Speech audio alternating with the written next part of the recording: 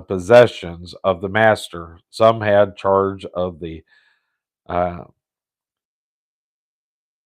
the chattels, others the livestock, others kept books for him, and others had charge of his children. When a little one was born into the home, the servant cared for him and dressed him in play clothes so that he didn't look any different from the children of the servants with whom he was playing. And he had to obey the servants just like the other children did.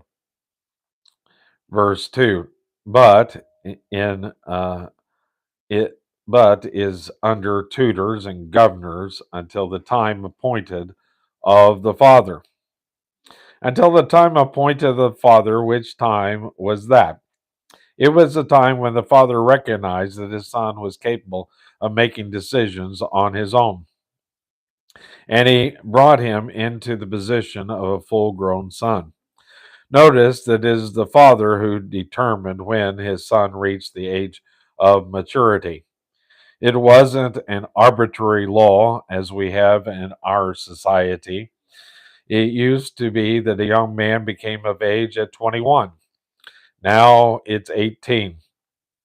I think that some folks are as mature at 18 as they are at 21. Also, there are other folks who haven't reached maturity at 65. But in Paul's day, it was the father who decided that the age of maturity was reached when they held a ceremony known as the toga virilis, which gave him the position of a full grown son in the family.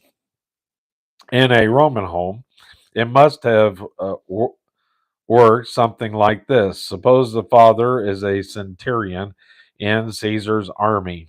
Caesar carries on a campaign way up in Gaul, and the is up there several years because that is where our ancestors were.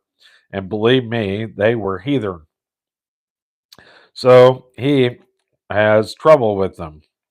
He uh, he has to put them down, and it takes several years to do it because the army is pushing back the frontier of the Roman Empire.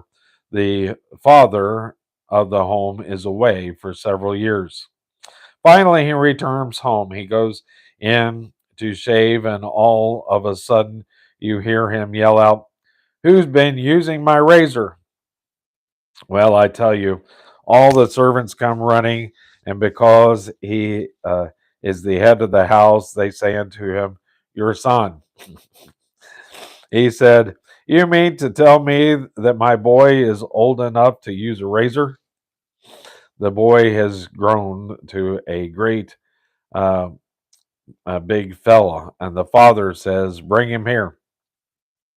So he brings him in. He's a fine, strapping boy, and the father says, "Well, now, we must have a toga virilis, and we'll send out invitations to the grandma and grandpas and aunts and uncles.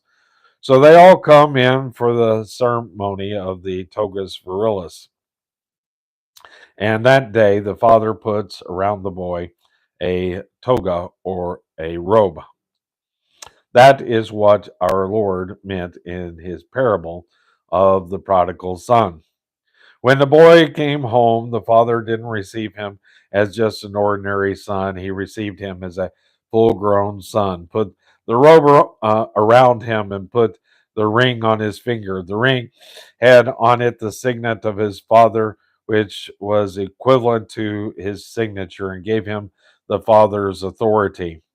You could see that boy walk down the street now with the robe on. The servant better not say anything to correct him now, and he had better not try to paddle him now.